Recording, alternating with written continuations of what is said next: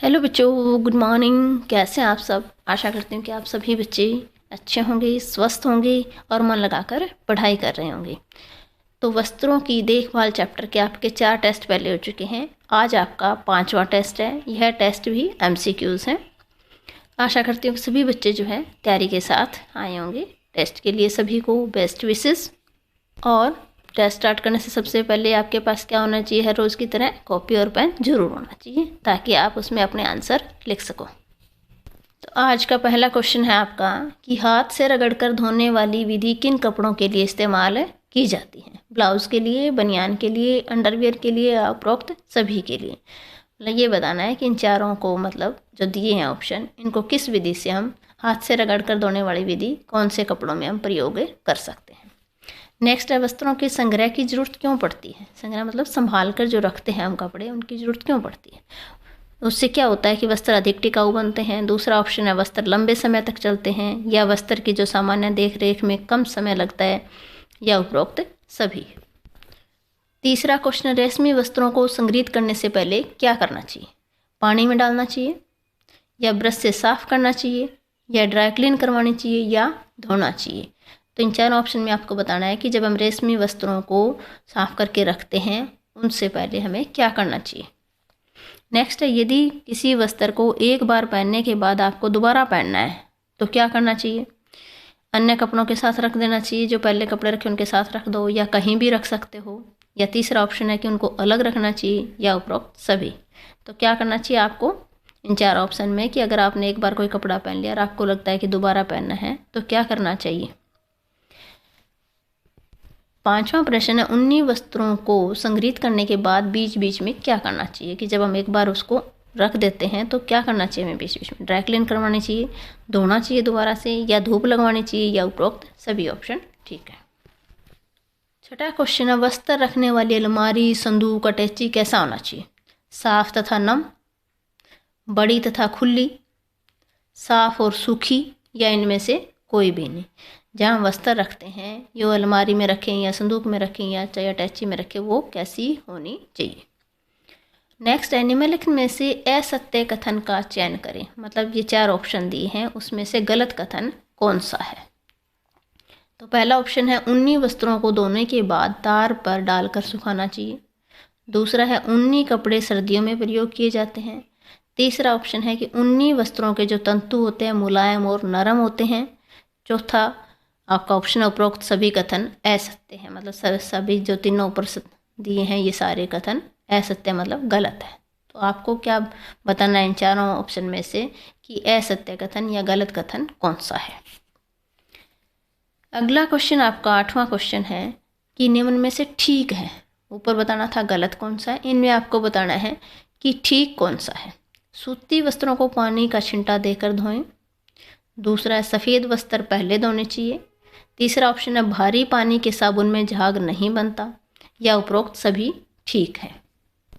अगला प्रश्न है, कपड़ों से धूल मिट्टी निकालने के लिए किसका प्रयोग किया जाता है? पानी का, साबुन का, डिटर्जेंट का, या उपरोक्त सभी चीज़ों का? तो कपड़ों से जो धूल मिट्टी निकालने के लिए किसका प्रयोग किया जाता है, इन चारों में से आपको बताना है। नेक्स्ट है, कपड़े की दैनिक जो है देख रेख से हमारा क्या अभिप्राय है? कि सप्ताह में एक दिन देख रेख करना, प्रतिदिन देख रेख करना, या 15 दिन में देख रेख करना, या किसी निश्चित दिन कोई रख देते हैं हम, उस दिन उसकी देख रेख करना। तो इन चारों में से आपको बताना है कि दैनिक रेख रेख से हमारा क्या अभिप्राय है। अगला प्रश्न है कि सूती वस्त्रों की देखभाल से संबंधित है। ये चार ऑप्शन दिए, इनमें से सूती वस्त्रों की देखभाल से संबंधित कौन सा ऑप्शन सही है? नमी रहित स्थान पर रखना चाहिए, इस्त्री का प्रयोग करना चाहिए, कर्फ लगाकर ज़्यादा दिनों तक नहीं रखना चाहिए, उपरोक्त सभी। 12वां क्वेश्चन है कि ऊनी कपड़ों की धुलाई में कौन सा घोल प्रचलित है? पोटेशियम पेरोक्साइड का, हाइड्रोजन पेरोक्साइड का, या पोटेशियम परमैंगनेट का, या उपरोक्त सभी का यूज हम कर सकते हैं। नेक्स्ट है, तेजाबी माध्यम वाले रसायन कौन से हैं? अमोनिया, एसिटिक एसिड, बोरेक्स, या कास्टिक सोडा? इन चारों में से आपको बताना है कि तेजाबी माध्यम वाले रसायन कौन से हैं। अगला क्वेश्चन है, दैनिक देख रेख से कपड़े रहते हैं, कैसे रहते हैं? सुरक्षित रहते हैं, नवीन मतलब नए रहते हैं, जीवंत मतलब सुंदर रहते हैं, या उपरोक्त सभी। तो इनमें से आपको बताना है कि अगर हम दैनिक देख रेख जो करते हैं कपड़ों की, उससे कपड़ों पे क्या असर पड़ता है, कैसे रहते हैं। नेक्स्ट है अच्छे या उत्तम साबुन के गुण है। क्या गुण होने चाहिए अच्छे साबुन के? पहला ऑप्शन है कि 30% पानी और 60 से 65% चर्बी होनी चाहिए उसके अंदर। दूसरा सार रहित होना चाहिए। तीसरा जो है आसानी से उसके अंदर झाग बने, या उपरोक्त सभी ऑप्शन जो है अच्छे साबुन के गुण हो सकते हैं। 16वें प्रश्न में बताना है कि 4 स्टेटमेंट दी हुई है, इनमें से आपको बताना है कि गलत कौन सी है, या असत्य या गलत कौन सी है। पहला है अमोनिया का प्रयोग साबुन की जगह कर सकते हैं। दूसरा ऑप्शन है एसिटिक एसिड के प्रयोग से रेशमी वस्त्रों में चमक आ जाती है। तीसरा ऑप्शन है सोडियम बाइसल्फाइड रिड्यूसिंग ब्लीच है, या सभी जो है वो गलत है। 17वां प्रश्न हमारा है कि रेशमी व ऊनी वस्त्रों से काफ़ी पुराने धब्बे हटाने के लिए क्या चीज़ प्रयोग की जाती है? नींबू, या जैवले पानी, या हाइड्रोजन पेरोक्साइड, या इनमें से कोई नहीं।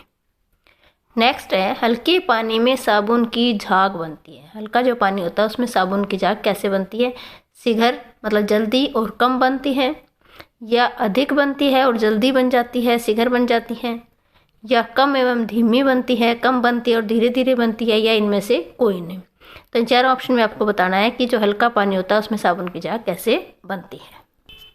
अगला प्रश्न है कि वस्त्रों को किस आधार पर विभाजित किया जाता है? कीमत के आधार पर, सिलाई के आधार पर, तंतुओं के आधार पर, या इनमें से कोई नहीं। तो इन चारों में से आपको बताना है कि हम वस्त्रों को किस प्रकार से विभाजित कर सकते हैं। नेक्स्ट है प्राकृतिक मेलाकाट पदार्थ है कौन सा? छानबूरा, सिकाकाई, रीठा, या उपरोक्त सभी। 21वां प्रश्न है कि किस चीज़ के प्रयोग से वस्त्र कड़क हो जाते हैं और इस्त्री करने पर उनकी सतह जो है मुलायम और चमकदार हो जाती है? किस चीज़ का प्रयोग करेंगे? नील, मान, प्राकृतिक मेलकाट, या सिरका। इनमें चारों में से किस चीज़ का प्रयोग करने से वस्त्र जो है वो कड़क हो जाते हैं और बाद में प्रेस करने से उनकी सतह क्या है? मुलायम और चमकदार हो जाती है।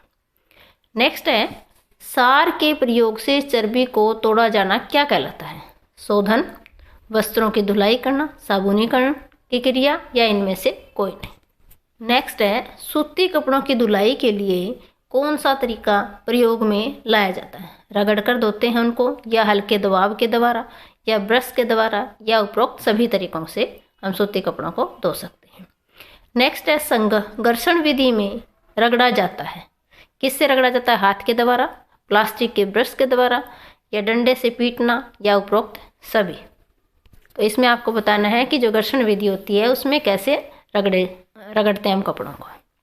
नेक्स्ट है रंगीन सूती वस्त्रों को सुखाना चाहिए। कहाँ सुखाना चाहिए? छाया में, धूप में, या कमरे के अंदर, या इनमें से कोई नहीं। अगला प्रश्न है वस्त्रों को इस्त्री करना धुलाई का कौन सा चरण है? पहला चरण, दूसरा, आखिरी, या इनमें से कोई नहीं।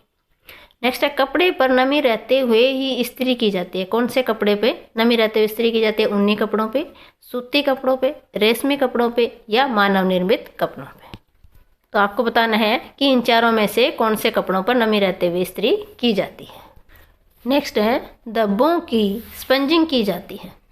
गोलक को गोलाई से बाहर से अंदर तक लगाकर, या गोलक को गोलाई में अंदर से बाहर तक लगाना, या गोलक को कभी अंदर कभी बाहर की तरफ लगाना, या उपरोक्त सभी। मतलब धब्बों की जब हम स्पंजिंग करते हैं तो किस तरह से करते हैं? गोलाई से बाहर से अंदर की तरफ करते हैं, या अंदर से बाहर की तरफ करते हैं, या कभी अंदर कभी बाहर। नेक्स्ट है धब्बा छोड़ने के बाद वस्त्र को खुले साफ पानी से बार बार धोना चाहिए। क्यों धोना चाहिए बार बार?